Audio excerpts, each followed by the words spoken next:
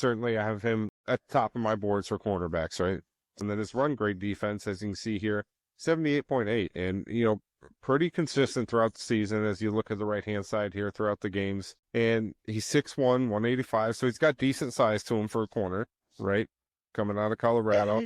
And this guy's kind of the wild card to me, right? Is he going to try to play that two-spot position here in the NFL level too? As we know, in his collegiate career, he played wide receiver and cornerback.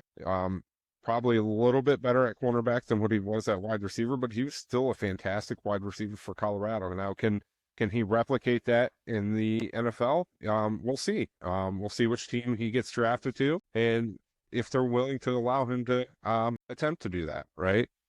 Certainly, if there was a player to be drafted that would play both positions, it would appear that Travis Hunter would be that guy that could do it. Now, a little bit more on some of his strengths, right?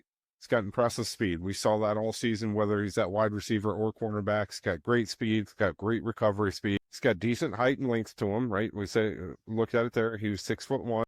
He's got some of the best ball skills for a defensive back in this year's draft, right? I don't know if there's in the draft who's comparable to what his ball skills are. And again, we saw that on both sides of the ball, at wide receiver and at cornerback for him. And he has a knack for baiting cornerbacks when they're in zone coverage, right? And he has elite zone coverage player in every way you could think of. Now, some of his weaknesses, right? His foot speed can be a tad delayed. His size a little bit, right? You'd like to see him bulk up a little bit going into the next level. That could be for a multitude of reasons in the collegiate level. He was playing wide receiver as well, so you don't want to be carrying on too much weight. But we'll see what he does in the NFL, but you'd like to ideally see him bulk up a little bit. And he's a little bit of a wild card in a different aspect too, right? So he's hard to control at times, right?